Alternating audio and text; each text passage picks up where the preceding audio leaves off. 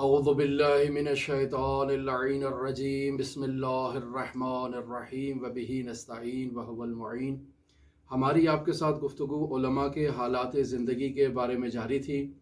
اور ہم آپ کی خدمت میں بیان کر رہے تھے کہ ہمارے شیعہ علماء نے حضرات اہل بیت علیہم الصلاۃ والسلام کی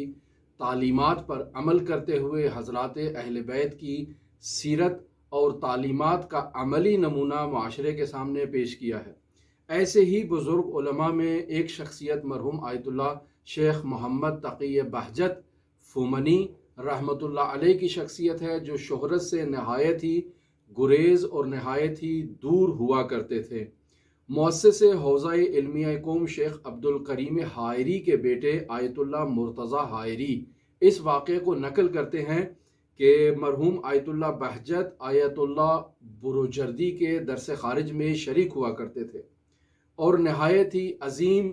درس ہوا کرتا تھا حوزہ علمیہ قوم کا آیت اللہ بروجردی کی اقتداء میں۔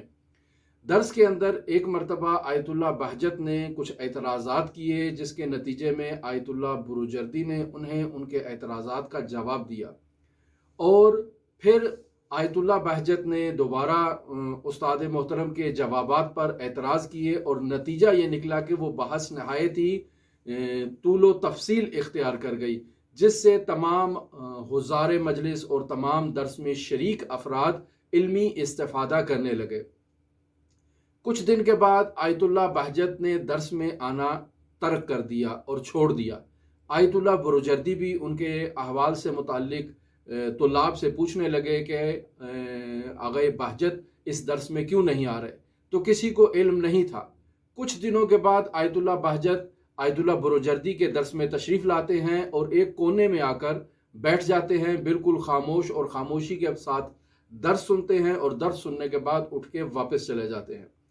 تو آیت اللہ مرتضیٰ حائری آغا بہجت سے یہ سوال کرتے ہیں کہ کیا آپ کو کسی نے کچھ کہا ہے، کیا آپ کو کسی نے کچھ ڈرایا دھمکایا ہے کہ جس وجہ سے آپ اب وہ سوالات نہیں کر رہے؟ ہم آپ کے سوالات سے بہت استفادہ کرتے تھے، اور درس میں ایک علمی ماحول اور علمی مباحثے کی شکل اختیار کر چکا تھا، تو کیا وجہ ہے؟ تو آغا نے اس بات کا جواب نہیں دیا اور واپس تشریف لے گئے۔ متعدد اصرار کرنے کے بعد یہ بات واضح ہوئی کہ آیت اللہ بہجت اپنی شہرت سے خائف تھے، کہ چونکہ آیت اللہ بروجردی کے اوپر جو مرجعیت عظمیٰ رکھتے تھے، ان کے درس خارج میں ان کے اوپر سوال کرنے سے علمی حلقوں میں آیت اللہ بہجت کا نام گردش کرنے لگا، لوگوں کے درمیان آغا بہجت کا تذکرہ ہونے لگا، اور ان کی علمی حیثیت مطرح ہونے لگی، پیش ہونے لگی۔ لہٰذا آغا نے اپنے آپ کو سائڈ پہ کر لیا اور کنارہ کشی اختیار کی، تاکہ بزرگان کی محفل میں آیت اللہ بہجت کا نام علمی حیثیت اور علمی شہرت کے عنوان سے پیش نہ کیا جائے۔ لہٰذا نہایت ہی سادگی کے ساتھ زندگی بسر کرنے والے یہ آیت اللہ بہجت ہے۔